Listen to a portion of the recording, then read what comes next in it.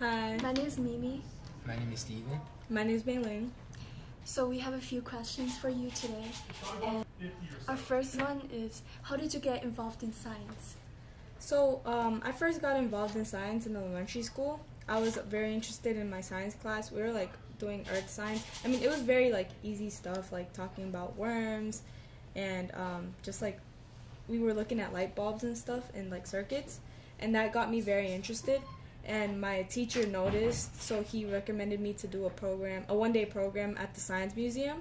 And while I was there, we got to like dissect squids, and that was like very fun for me. So ever since, I've been like very interested and like involved with science. Basically, how did you connect with science at first? At first, I connected through like a lot of my siblings, for example, because my brother, he was also very strong in the sciences, and he majored in biology at BC too. So like just watching him like go through it and like get really involved with science as well, that got me very connected with it. And just like I also used to watch a lot of like Animal Planet and like the Science Channel, and I used to like love it. And I also really loved like Sid the Science Kid. When you grew up a little bit more, like in high school, Mhm. and you had to study a lot, do you feel discouraged because it's not as fun as you thought it would be? Yeah, sometimes in high school I definitely did feel that because you're like you said, it wasn't as fun. Especially like with AP chemistry, it was a lot of just like doing doing hard work and just like writing down equations and memorizing things. But in college, as soon as I got to see like the lab aspect of it, especially also in CSA, like Javier, he makes science fun. So just like having lab with him and also like having lab in college, it made it very interesting for me. Basically, I know in college and stuff, when you're taking classes, it's gonna be hard. So basically, how did you overcome those obstacles that you faced during those years? So overcoming the obstacles in college was more of me like seeking out the help I needed by going to office hours and talking to the TAs, and that was very helpful because I was able to get to clarify any questions I had and go over like the material so I could do well in exams and like quizzes. Were there any specific mentors that helped you through that journey? Yeah, so like a couple people helped me. I know like with CSA, some of the mentors that were like mentoring me when I was in CSA, they when I got to Harvard, they were still there, and a lot of them were pre-med as well. So they helped me find the classes I needed to take, and they also like helped me find the resources I needed to like navigate the campus as well as like navigate my science classes. So either of you can answer. How did you guys get involved in science? Well, for science, in 5th grade, I had a really good science teacher. His name is Mr. Springer, and in his class, we did a lot of in-class projects. So, like, I remember one really well. It's how we built a car out of cardboard, and I also put lights in there and how to light it up with batteries and such. So that was really cool, and inspired me to go more into designing and stuff like that. Like Aaron said, school really did introduce me into science. Like, everybody has school, and so like that's basically where I first got my interaction with science. Like, and ever since I had that interaction with science, I saw like a love for it. Like, the questions that were being answered, like I've always thought about it, like what makes humans, and like those were being answered by the science that we were learning at school. And so that's how I got involved into it. So, following your involvement in science, how did you continually connect to science? For science, I noticed that I liked more of the theories of science and how it related to sort of philosophy and the way of life. And so I'm really into astronomy and stars, and so I just found interest in that, and I want to pursue that too. Yeah, like I said earlier, it was basically just like answering those questions you always think about as a kid. Like, what makes animals, what happens, what's up there in the sky, the stars, all that. And basically that connected me to science at first, because like that curiosity pushed me to a point where I was just like, I need to know more. And so that's how I stayed connected with it. So while like pursuing this kind of career and like this interest in science, did you face any obstacles and how you maybe overcame those obstacles? Obstacles for me were definitely lab reports. I don't like lab reports. So it's just that putting words, writing it down for science is hard for me because it's so much detail. You can never really stop explaining because there's so much. It's an endless amount of information. And so knowing what is key information to put into lab reports and what's correct and stuff like that, I thought that was pretty challenging.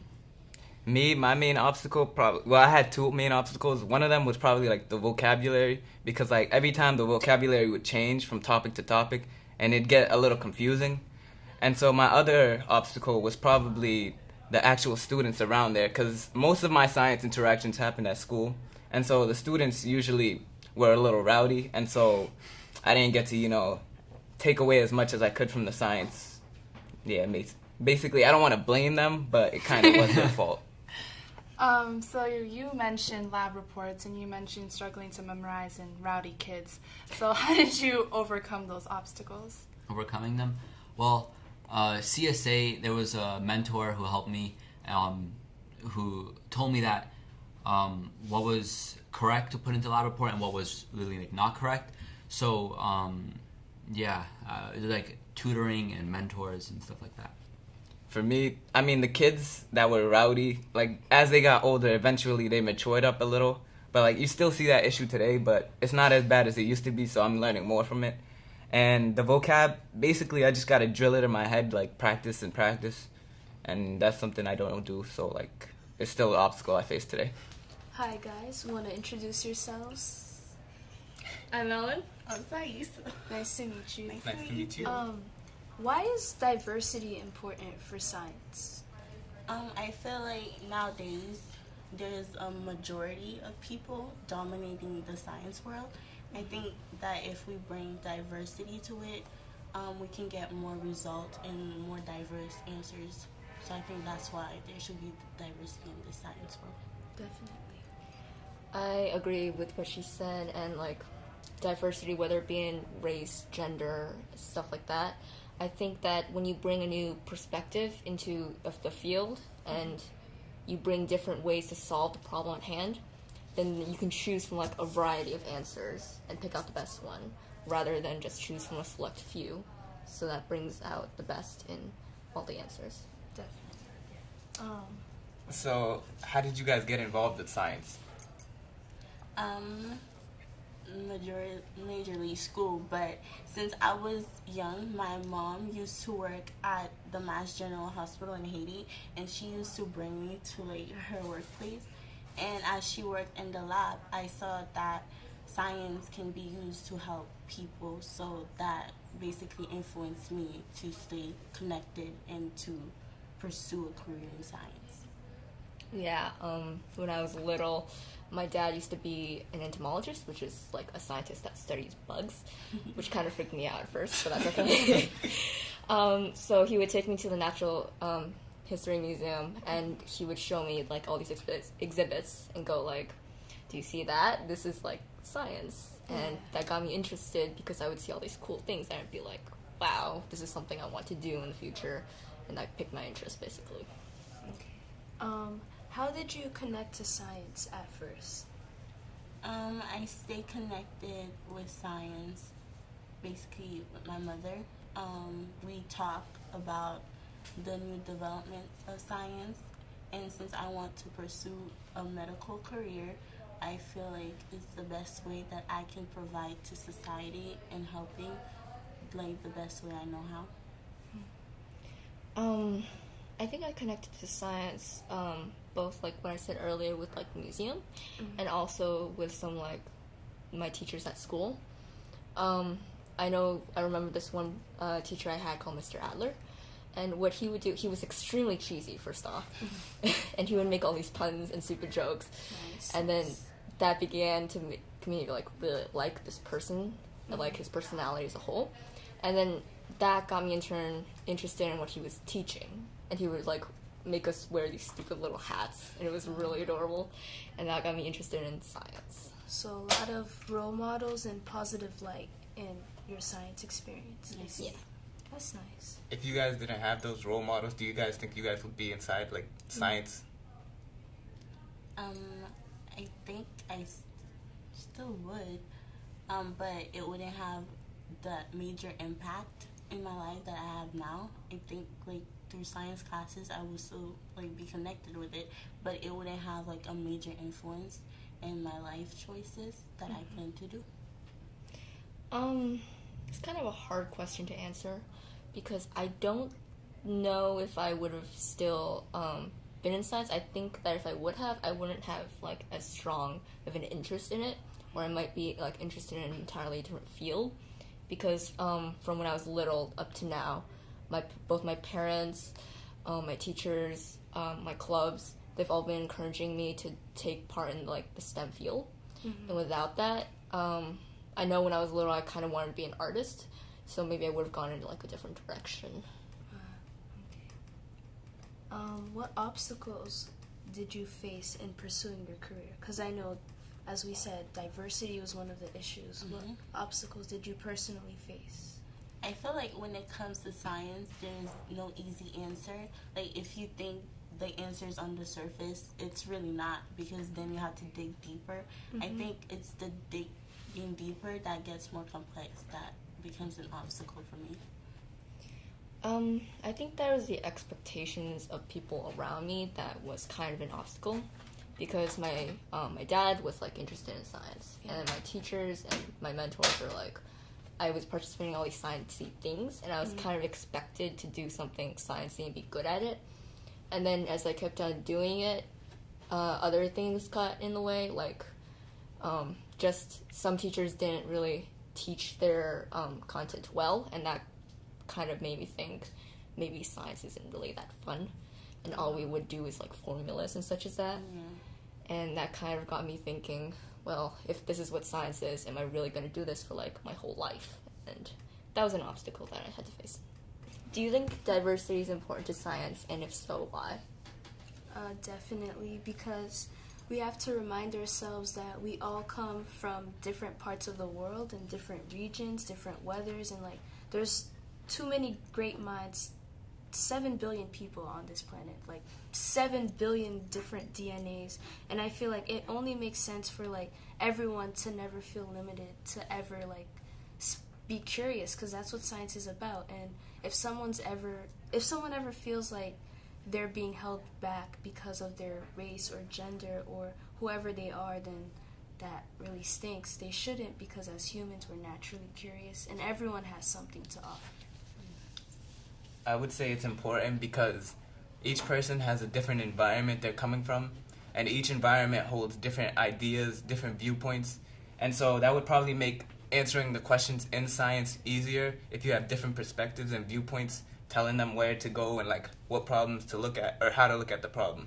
And so it probably makes it easier for scientists to answer questions. How do you think science influenced the world we live in today? Since like times of from Galileo Galilei up to like scientists now, it's like you're really thankful for a lot of scientists, and I feel like their curiosity never stopped. I think even though you might not have the title scientist, we're all scientists in our own way, because we naturally are curious beings. So I feel like just the fact that we're always curious has been changing the way we look. Like television, these cameras did not exist thousands of years ago. And basically, science has been helping people with health. Like, we see people living longer than they were 50 years ago. And so, if science is evolving and is helping people, not only with medicine mainly, that's the biggest issue. Well, biggest impact I think it had. But also technology itself. We see everything in today's day and age is mainly surrounded by technology. But decades ago, it wasn't like that. I heard you said like how scientists are naturally curious, and that made new technologies and new innovations. Yeah. So how do you think we can get kids curious and get kids more involved to STEM that way? I think kids, like with social media now, we can definitely have leaders out there doing like, I don't know, hashtag science, hashtag STEM, or now hashtag STEAM apparently because of the A in art. But like, I feel like use what we have now, because I know it's not impossible to spread the word on science. Usually what you see on the media influences how you want to grow up. Like if you don't see someone of your gender as a scientist, it's always a mad, evil scientist on TV. But let's say you have scientists of color who are male and female, like side by sides with other races, it's going to be like impactful for little kids to see like someone who looks like them on TV, or like just social media. Use all your resources, you know. Yeah, I was gonna say basically get him, like how she said STEM is becoming STEAM, the art part of it. Like on TV, if they see like there's science parts to it, like there's a nice show, it's like a show they like, and they incorporate the science to it, they probably won't notice that they're actually learning the science, and then probably when they get older, they'll be like, oh, they won't notice they're doing science, but they really are. And so it'd probably like get them more into it without them even realizing it. So I feel like it's mainly the art aspect of science that they need to focus on. Why is diversity important for science? It's a really good question. So I'd say that diversity is important for science because as a group of people, we're sort of developing science to understand the universe for all of us. And so when that study is dominated by a set demographic, then you don't get the other opinions of the other people that are going to be affected by said science. And that's really important because science is supposed to be beneficial for all of us. Okay. How did you get involved with science? So as a kid, I sort of had this like mindset that I wanted to be a scientist, and that I found it interesting. Like, oh, this is like cool stuff. I'm discovering things about the world and like the universe, and what does it mean to me?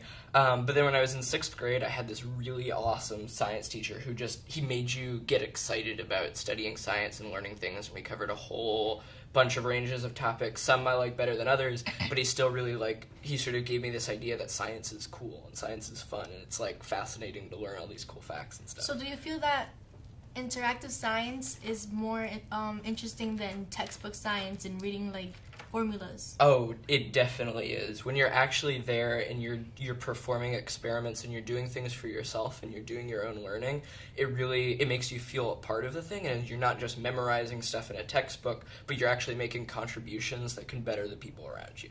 Did you face any obstacles with science? Not in particular. I think the main obstacle I have faced or would have faced is the my own capabilities and the teachers and stuff I've encountered. Because, I've had some teachers where they have to follow the curriculum, and they don't really give you any space to do your own thing.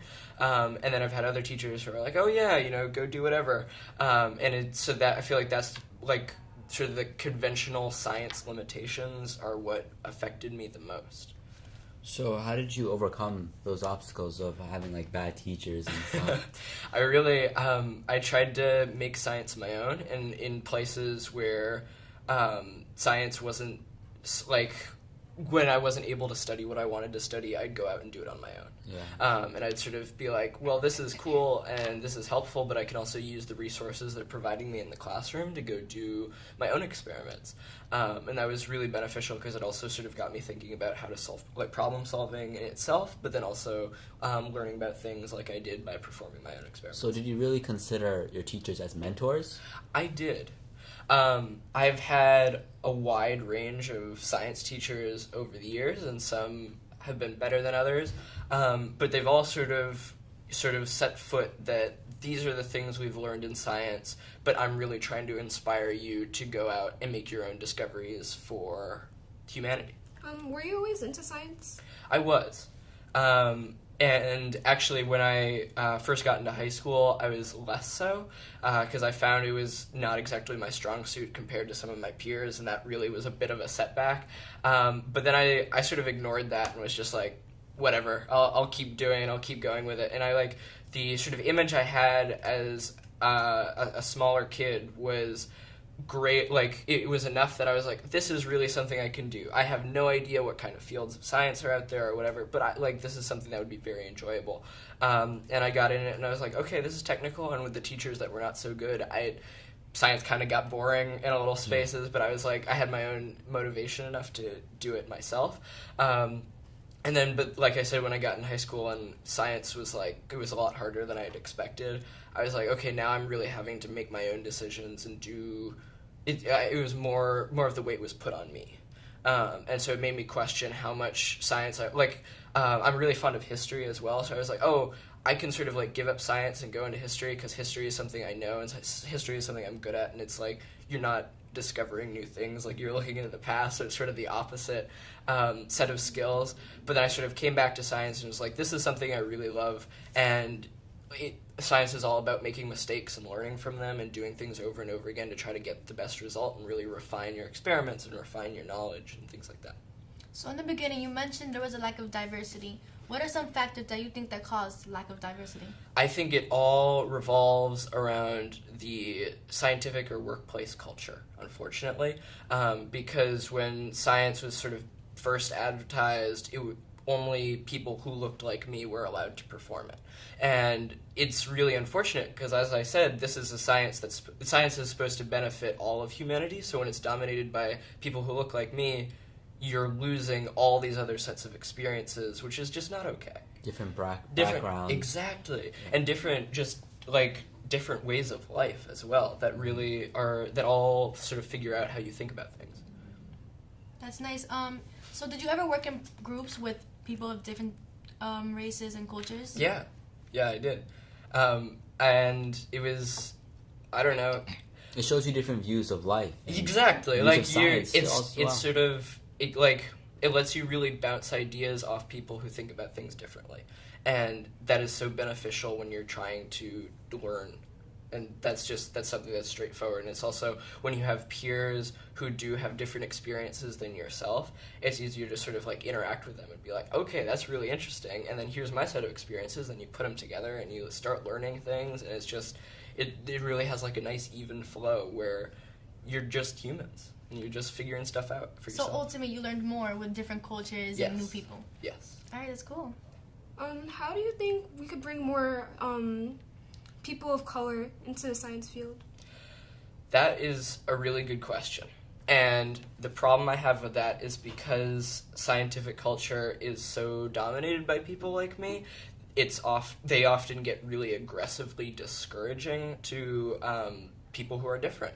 And I think the change of that sort of work culture and the sort of thoughts that is okay needs to go away.